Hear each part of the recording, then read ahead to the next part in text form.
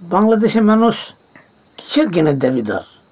কেউ কবি, কেউ বুদ্ধিজীবী, কেউ এদের লাভ কি? বাংলাদেশের মানুষ কি করতে পারছে? এদেশের মানুষের জন্য যারা রাষ্ট্র পরিচালনা করে, যারা দেশের মাতবরি করে, দেওয়ানগিরি করে, এরা এই দেশের মানুষের জন্য কী করেছে? একটা 2 টাকার দামে বিরাট তার তৈরি করার ক্ষমতা এদের দেখা যায় না। এরা 10 টাকা দামের জাপান এই গ্যাস লাইট, এটা বলে জাপানি লেখা, এই মোটর সাইকেল বলে ইন্ডিয়া, ওটা বলে চাইনা, ওটা বলে আমেরিকা, ওটা বলে এই দেশ। এদেশে মাস করে কি?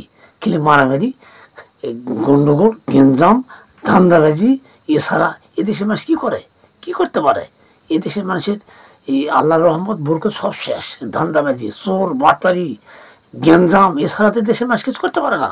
এদেশের মানুষ, বাংলাদেশের মানুষ কী পাইছে?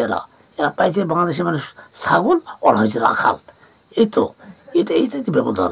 আর কিছুতে দেশের মানুষ করতে পারবে না। আল্লাহ জানে দেশের কী হবে, একমাত্র আল্লাহ পাকই।